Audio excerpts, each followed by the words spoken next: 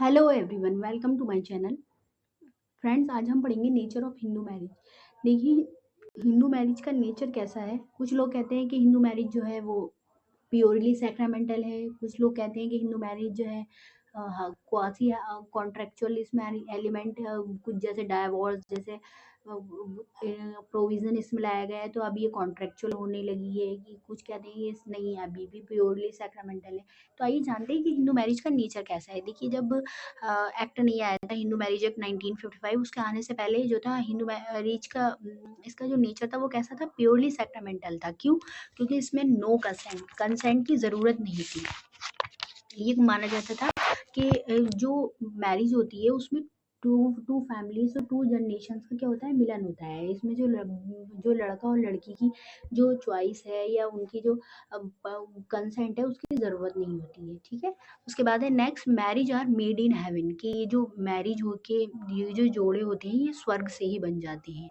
ठीक है। Permanent union, कि ये जो विवाह होता है, अगर जैसे दो व्यक्ति विवाह के बंधन में बन गए तो वो क्या है, परमानेंट, अब अपने लाइफ टाइम तक वो उस विवाह बंधन में बने रहेंगे। वो उससे बाहर नहीं निकल सकते। परपेचुअल यूनियन, ये परपेचुअल परपेचुअल दो बार हो गया, एक बार ही है। परपेचुअल यूनियन की मीनिंग है 7 जन्मों का बंधन है, मतलब शाश्वत बंधन है। ये हिंदू धर्म में ये माना जाता है ना, किसी भी व्यक्ति के 7 जन्म होते हैं। तो अब वो जो पति पत्नी है तो वो 7 धर्म तक पति पत्नी रहेंगे। ठीक है। तो नए एक्ट आने से पहले इसका जो नेचर था वो कैसा था, प्योरली सैक्रामेंटल था। फिर उसके बाद आता है हमारा हिंदू विवाह अधिनियम 1955। तो तब उसका जो नेचर है, आइए जानते हैं क्या हुआ। उसमें एज फिक्स की गई, लड़की की उम्र 18 और लड़की की उम्र 15 की गई मैरिज की। रिचुअल्स मेड इसेंशियल, जो रिचुअल्स हैं जैसे सप्तपदी है, कन्यादान है, इन सबको इसेंशियल किया गया। क्योंकि जब तक किसी भी विवाह में रिचुअल्स नहीं होते तो समाज जो है उसे विवाह के रूप में स्वीकार नहीं करता। ठीक है। डाइवोर्स इन एक्सेप्शनल कंडीशन के डाइवोर्स का कॉन्सेप्ट लाया गया। ठीक है। कि अगर कोई एक्सेप्शनल कंडीशन आती है तो वो दोनों अलग हो सकते हैं, डाइवोर्स ले सकती हैं। फ्री कंसेंट लाया गया है कि अब मैरिज के लिए दोनों पार्टीज की फ्री कंसेंट होना जरूरी है, स्वतंत्र सहमति। मतलब अब माता पिता की सहमति से विवाह नहीं होंगे, लड़का और लड़की दोनों की सहमति से विवाह होगा। इंट्रोडक्शन ऑफ कॉन्ट्रेक्चुअल एलिमेंट्स, कुछ कॉन्ट्रेक्चुअल एलिमेंट्स को इंट्रोड्यूस किया गया, जैसे वॉइड मैरिज का प्रोविजन लाया गया। सेक्शन 11 में वॉइड मैरिज क्या कहती है, ऐसी मैरिज जो स्टार्टिंग से ही वैलिड नहीं है। जैसे कोई बाइगेमी में मैरिज करता है, प्रोबेटेड रिलेशनशिप में मैरिज करता है, सापिंडा रिलेशनशिप में मैरिज करता है, तो ऐसी मैरिज क्या होती है, वॉइड मैरिज होती है। फिर उसके बाद नेक्स्ट है हमारी वॉइडेबल मैरिज। वॉइडेबल मैरिज जो है इसका प्रोविजन दिया हुआ है सेक्शन 12 में। वॉइडेबल मैरिज क्या होती है, जिसमें दोनों पार्टी पति या पत्नी जब तक न्यायालय से उस मैरिज को क्या ना करा दे, वॉइड घोषित ना करा दे, तब तक वो वॉइडेबल मैरिज नहीं कहलाती है। उसके बाद डाइवोर्स का कॉन्सेप्ट लाया गया है सेक्शन 13 में। देखिए, डाइवोर्स क्या होता है, वो जो पति पत्नी जो एक संबंध में बने हुए, एक बंधन में बने हुए, जब वो दोनों अपने बंधन उस बंधन से निकल जाते हैं और जो उनकी ड्यूटीज और राइट्स हैं वो उसको समाप्त कर दिए जाते हैं, तो वो डाइवोर्स कहलाता है। ठीक है। रेस्टोरेशन ऑफ कॉन्जुगल राइट्स, यानी दाम्पत्य अधिकारों के पुनर्स्थापन का कॉन्सेप्ट लाया गया है section 9 of Hindu marriage act में। इसमें क्या है, यदि पति या पत्नी अपने जीवन साथी के उचित कारण के बिना जो है वो अपनी ड्यूटीज को फुलफिल नहीं कर रहा है, तो कोर्ट उससे कहती है कि आप अपने ड्यूटीज को फुलफिल करिए और वो जो है और साथ रहिए, और अब देखिए कहाँ तक आपकी मैरिज चल सकती है, उन्हें एक चांस देता है। ठीक है। फिर आता है अमेंडमेंट। अमेंडमेंट आने के बाद क्या से इसका नेचर क्या हो जाता है, आइए जानते हैं। देखिए, सबसे पहले क्रूअल्टी को डाइवोर्स का मेन ग्राउंड बनाया गया है कि आप क्रूअल्टी के बेस पे भी डाइवोर्स ले सकते हैं। जैसे वो सब मानसिक वो क्रूरता होती है, शारीरिक क्रूरता होती है, बहुत तरह की क्रूरता होती है।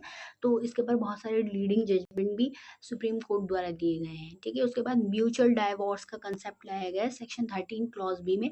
इसमें बताया गया है कि दोनों पार्टीज, लड़का और लड़की, मतलब पति पत्नी, आपसी सहमति से भी डाइवोर्स ले सकते हैं। कि जब उन्हें फील होने लगता है कि उन दोनों की का जो रिलेशन है, उसका जो रिलेशनशिप है वो आगे तक नहीं चल पाएगा।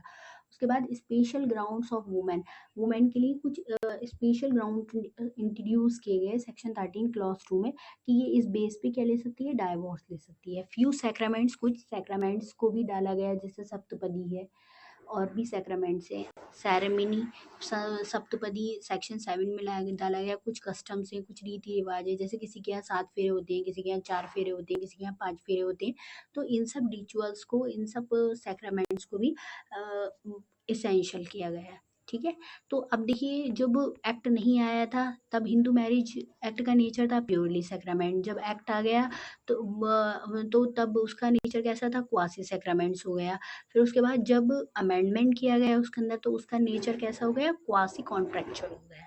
ठीक है, तो अब आइए हम इसमें पढ़ते हैं कि टाइप्स या फॉर्म्स ऑफ मैरिज, जो कि मनुस्मृति में बताया गया है कि हिंदू विधि में, हिंदू जो वो धर्म है उसमें कितनी तरह की फॉर्म्स ऑफ मैरिज होती है, मनु ने बताए हैं। सबसे पहले देखिए, इनको 2 पार्ट्स में डिवाइड किया गया है। प्रेसवर्दी फॉर्म्स ऑफ मैरिज है और ब्लेमवर्दी फॉर्म्स ऑफ मैरिज है। प्रेसवर्दी फॉर्म्स ऑफ मैरिज मतलब जो प्रशंसनीय विवाह है, उसमें 4 टाइप के विवाह आते हैं: ब्रह्मा विवाह, देव विवाह, अर्षा विवाह, प्रजापत्य विवाह।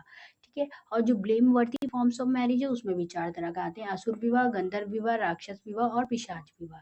देखिए, ये जो ब्लेम वर्दी फॉर्म्स ऑफ मैरिज है, इसमें डाइवोर्स का कंसेप्ट और जो रिलेशनशिप को डिसॉल्व करने का कंसेप्ट जो है वो पॉसिबल है।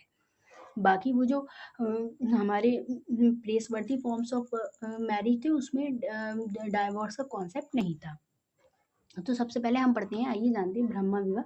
देखिए, इसके टाइप के आधार पे ये मैंने शॉर्ट वर्ड लिखा है, इसे अरेंज मैरिज भी कहते हैं, जो कि आजकल बहुत ज़्यादा कॉमन है। कि इसमें क्या होता है कि जो लड़का होता है, जब वो अपना ब्रह्मचार्य जो उसका पीरियड होता है, मतलब जिस पीरियड में उसे शिक्षा ग्रहण करनी होती है और वेदों का ज्ञान प्राप्त कर लेना होता है, अगर वो उसको कंप्लीट अपना वेदों का ज्ञान प्राप्त कर लेता है, तो उसे लेकर लड़की के जो फादर होते हैं क्या करते हैं, उसकी मैरिज करा देते हैं उसके नॉलेज और के बेस पर।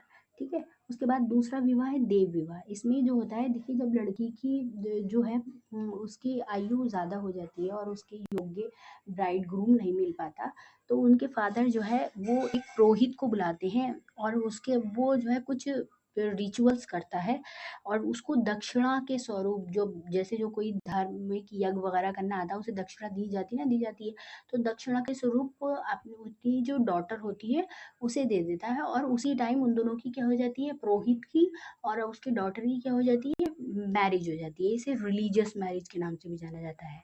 नेक्स्ट है हमारा अर्श विवाह, इसे गौदान भी कहते हैं। देखिए, इसमें क्या होता है, या तो एक बैल या फिर एक जोड़ी गाय या फिर दो जोड़े, एक जोड़ी बैल या फिर एक, मतलब कुछ भी बैल होता है या गाय होता है, एक जोड़ी भी, एक भी हो सकता है और उनका जोड़ा भी हो सकता है। लड़के के फादर लड़की को गिफ्ट करते हैं और फिर वो उसके बदले क्या करते हैं, अपनी बेटी का उससे विवाह करा देते हैं। देखिए, ये जो है हिंदू धर्म में गौदान का बड़ा महत्व है और ये बहुत ही ज़्यादा मतलब धार्मिक कार्य माना जाता है। और देखिए, लड़के के पास कोई स्पेशल क्वालिटी नहीं होती, लेकिन वो इसके में जो है, और इस मैरिज को नोबल मैरिज नहीं माना जाता है, क्योंकि वो इसमें क्या होता है, लड़की को लेने के बदले क्या देता है, कुछ देता है। नहीं, क्योंकि मैरिज, नोबल मैरिज मानने के लिए मॉनेटरी ट्रांजेक्शन उस मैरिज में इन्वॉल्व नहीं होना चाहिए, अगर आप किसी भी मैरिज को नोबल मैरिज मान रहे हैं तो। उसके बाद है प्रजापत्य विवाह, इसे ड्यूटी बेस्ड मैरिज कहते हैं। इसमें देखिए क्या होता है, ड्यूटी बेस्ड मैरिज में इसमें जो है अब इसमें जो इनके लड़की के फादर होते हैं वो किसी वर को ढूंढते हैं, उसको बिना दहेज और बिना कोई मूल्य दिए बिना केवल अपने आशीर्वाद देते हैं कि तुम जाओ अपने धर्म का पालन करो, तुम दोनों अपने गृहस्थ जीवन को प्रारंभ करो, ऐसे ब्लेसिंग्स देते हैं और उन दोनों की मैरिज हो जाती है।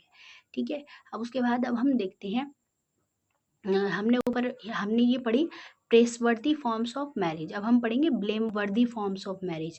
ब्लेम वर्दी फॉर्म्स ऑफ मैरिज में सबसे पहले हमारा आता है गंधर्व विवाह, जिसे हम लव मैरिज कहते हैं, कि love marriage without consent of parents.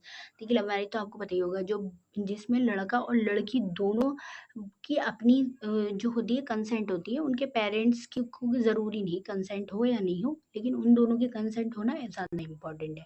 उसके बाद नेक्स्ट आता है हमारा असुरा विवाह, जिसे कहते हैं ब्राइड प्राइस। इसमें जो ब्राइड है उसको उसको खरीदा जाता है, उसको लेने के बदले क्या दिया जाता है, प्राइस दिया जाता है। देखिए, उसमें कोई ग्रूम में जो होती है वो कोई क्वालिटी तो नहीं होती है, लेकिन उसके पास बहुत सारा पैसा वगैरह होता है या कुछ दहेज वगैरह होता है, वो लड़की के फादर को दे देता है, वो खुश हो जाते हैं और लड़का लड़की से विवाह कर लेता है। ठीक है? उसके बाद नेक्स्ट है हमारा राक्षस विवाह। राक्षस विवाह क्या होता है? इसे अपहरण भी कहते हैं। इसमें देखिए, ये पहले ज़माने के जो राजा महाराजा हुआ करते थे, वो दूसरे राज्य पे हमला करते थे और वहाँ के जो सैनिक वगैरह होते थे, वो मारे जाते थे। तो उनके यहाँ की जो महिलाएँ बचती थी, जैसे तो उनसे विवाह कर लिया करते थे वो। तो ये इस तरीके का विवाह है कि ग्रूम जो होता है, वो बैटल करता है उसकी फैमिली से और फिर उसके बाद उस लड़की से क्या कर लेता है? विवाह कर लेता है। ठीक है? उसके बाद सबसे हीनियस टाइप ऑफ मैरिज जिसे कहते हैं पिशाच। ये कहा जाता है कि ये जो पिशाच होते हैं शायद ये दिन में नहीं निकलते हैं, रात में निकलते हैं। ठीक है? रोस्ट काइंड ऑफ मैरिज, और ये इतने ब्रूटली और इतने फोर्सफुल तरीके से करते हैं कि उसको जो ब्राइड होती है उसके साथ फोर्सफुली रेप करते हैं या उसे कोई नशा या मदिरा वगैरह सुंघाड़ कर, और फिर उसके बाद जो है उससे शादी कर लेते हैं। और ये पैसे वगैरह भी नहीं देते हैं। ये सबसे ज़्यादा हीनियस टाइप ऑफ मैरिज माना जाता है। और सबसे अच्छा विवाह जो माना जाता है, वो माना जाता है ब्रह्मा विवाह। और आजकल तो मेरे हिसाब से 2 ही मैरिज सबसे ज़्यादा फ़ेमस है। एक तो अरेंज मैरिज और एक लव मैरिज। और आपके अलावा भी कोई दूसरी मैरिज हो फ़ेमस, तो आप कमेंट सेक्शन में कमेंट कर सकते हैं। आप मेरे चैनल को लाइक, शेयर, सब्सक्राइब करें अगर आपको मेरा पढ़ाया हुआ समझ में आया। और आज की वीडियो में इतना ही। Thank you very much.